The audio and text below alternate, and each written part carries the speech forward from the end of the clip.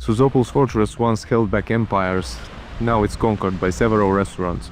But like a beast in a cage, it still radiates power and glory. And have you ever heard of a place born out of love? Most would think of the city of Love, Paris, but they would be wrong.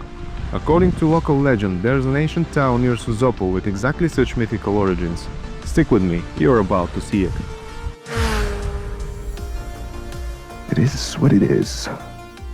Today's journey starts in Chepelare, and I'm heading towards some of the oldest towns on Bulgaria's southern coast. Sozopol, Ahtopol and Sinemorets.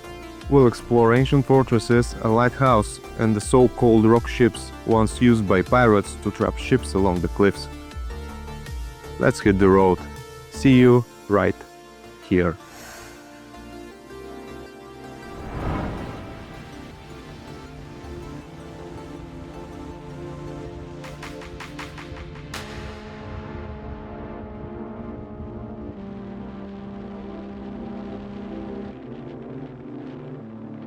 Sozopol 10 kilometers away. Hello, twins. And hello, Sozopol. I'm turning on the exploring mode for better observation. There's the port there, full of yachts and boats. It looks great actually in person.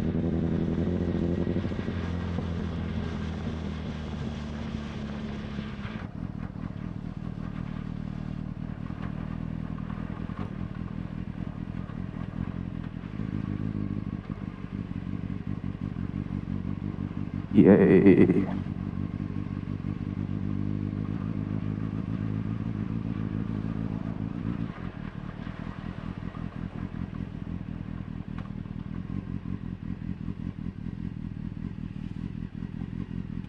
Здрасти!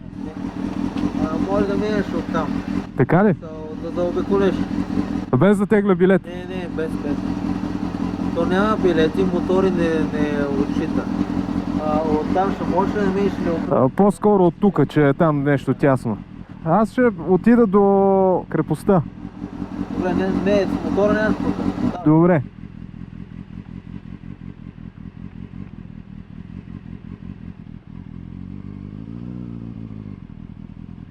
Merci.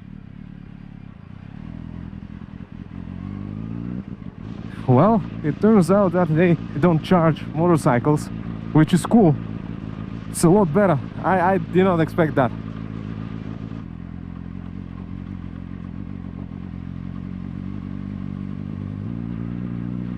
Yay! Through the old town, we'll be looking for directions.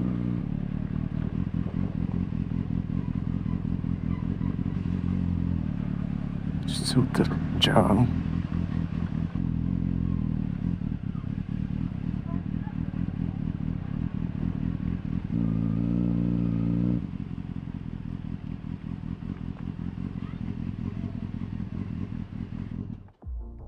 Well, I'm going to the fortress now.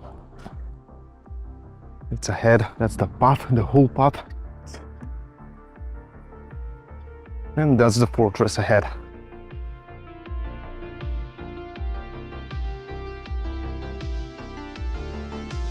There are more parts of this fortress here, a wall. The view over the sea calms the storms in the hearts of the people. And this fortress was part of the Byzantine Empire, the Bulgarian Empire and the Ottoman Empire. They all modernized it during the years. The town here was founded in 610th year BC by the Greeks under the name Apollonia. It was one of their most modern and beautiful towns. During that time, they even installed a statue of Apollo, which was 13 meters high. But Roman general Mark Lucullus took this statue to Rome, unfortunately. This fortress had a special role during the medieval times. It was a rich place, and the archaeologists found a lot of coins, ceramics, and etc. And in 2011 they even found a grave.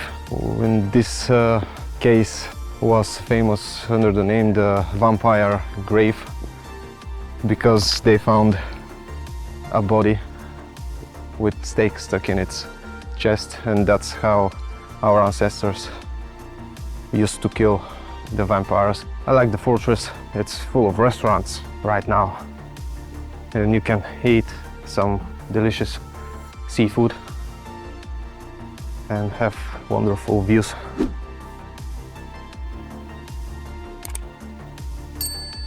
Time for me to go to the Ahtopol Fortress. So I'm saying goodbye to Sozopol Fortress. Nice beach. So that was the fortress of Sozopol. It was cool. Now I have to go back to where I entered, and I will be heading to Ahtopol to check the fortress there and the lighthouse. Hello, kiddo! Sozopol is cool. It is popular, but it's nothing like the other popular resorts that are full of tourists and disco clubs and etc.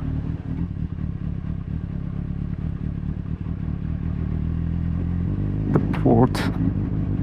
There are some old ships.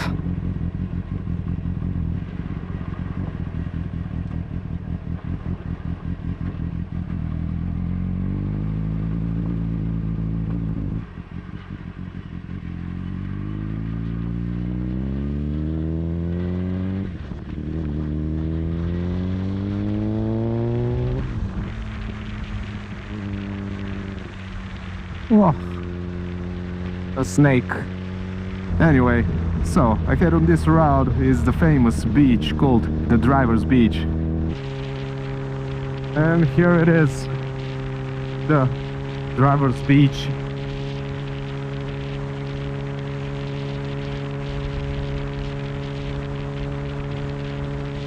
So beautiful. This road goes along the Ropotamu River. It's like a jungle here, and I think this was the bridge. Yeah, here it is.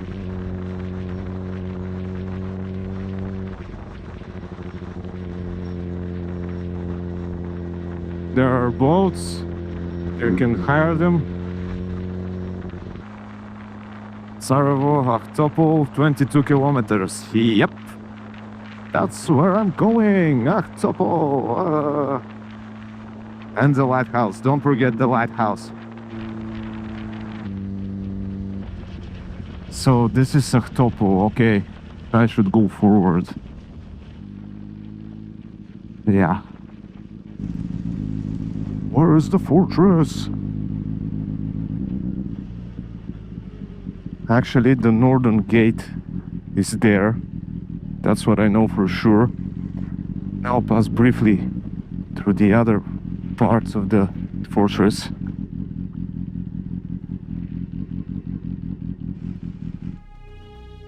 Here is located the gate. It is this one here. That's what remains actually. Fortress is unfortunately in so much grass and stuff. About Ahtopol, It was founded in 5th century BC under the name Agatopolis, and the first to build the fortress here were the Thracians. Then later the Byzantines, the Bulgarians, and the Ottomans modernized it and fortified it furthermore. Some of the archaeologists believe that there was a temple of Apollo somewhere near here, but nothing has been found. So it's not exactly a thing. there's another cool sea view. Let's go and see the other parts of the fortress, and then I'll show you the lighthouse of Ahtopol. The other remains are along a pedestrian alley I passed by earlier. I'll get there and then I will proceed on foot. Here somewhere should be the other part of the fortress.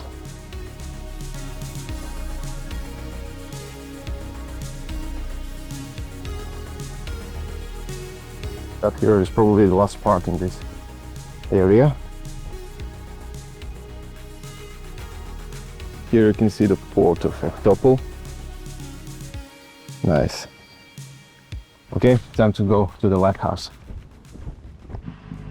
Yep, it's here on the left, and then down there, yeah, it's this one here. Nice.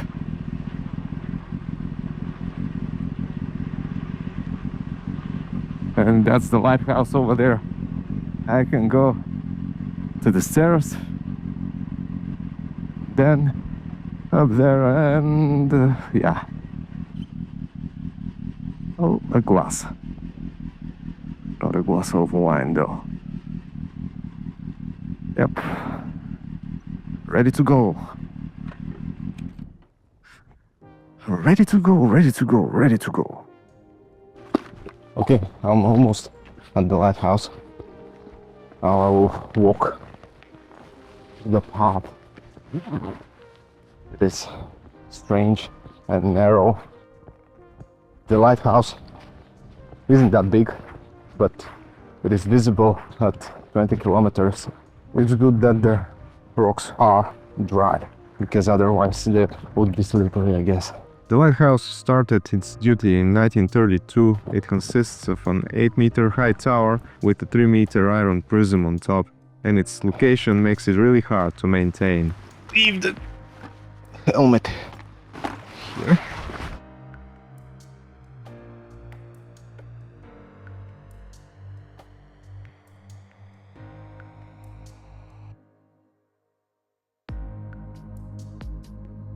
Someone told me a couple of stories about sailors and that a mermaid used to show up at the lighthouse to protect the sailors. Also, they believe that if you look at the lighthouse and you cross yourself, you will have a safe sailing in the open sea. Another one is about Ahtopol's origin, that Zeus' daughter Agatha and Poseidon's son Delphin fell deeply in love, but forbidden by Zeus, they fled together and settled on these shores. That's how Ahtopol was born, out of love. Don't forget the helmet! Of course.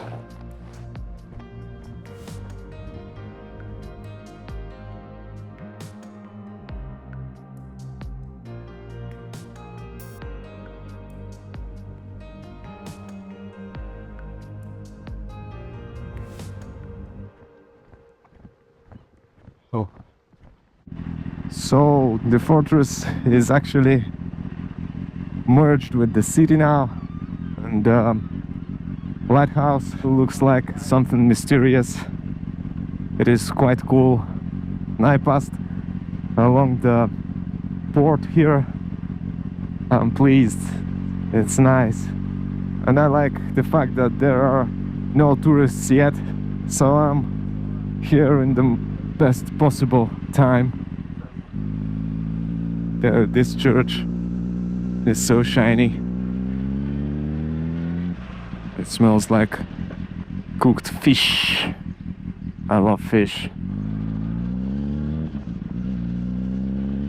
Let's go to Sinemorets and Rock Ships. River Valeka. Oh, this bridge. Iron bridge, like the trains. Yay! And Sinemorets. Go to the left. Go to the left. Hello, Sinemorets. I'll get as far as I can, because I don't want to go on foot. Okay, first gear, and I should be careful. That's just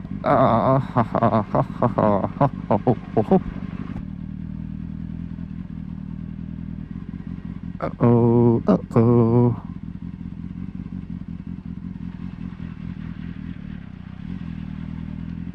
Uh-oh, uh-oh. Don't go fast, because there is nothing to stop you. And you will fall into the sea. And then I'll have to swim, and I can't. So how am I going to get back? Well, don't ask me. I'm not here to swim at all. Okay, I think it's as far as I can go. So the ships are near here, but it is full of grass. I have been here before, but the last time there wasn't that much grass. Here they are. These are the ships. There's the bench. Actually, the path was behind the bench. And going down there to the rock ships. I expected something more. I don't want to go any further. So you can usually go down there, but I have some old footage, so I'll show some stuff. The rock ships are located in the Saint Yannick Gulf here and are believed to be natural rocks. There are stones that show signs of hand carving, but there is no definitive proof that the rock ships are of artificial origin. There are a few legends connected to these ships. One of them is that these were two ships turned into rocks by the gods as punishment. Another, and the most popular, legend tells of a pirate crew who lit fires along the shore to lure trading ships into the Gulf and rob them. And because the rocks look like two ships looking towards the sunrise, sailors often mistook the fires for lighthouses and the Gulf with the rock ships for a safe harbor. But once the ships got stuck among the rocks, they became easy prey for the pirates.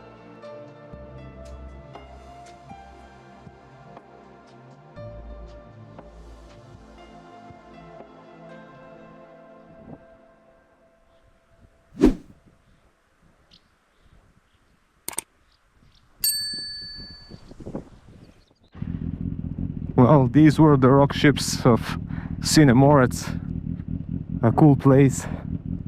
So that's it for this episode. All I can say is I'm going to wrap it up. See you later.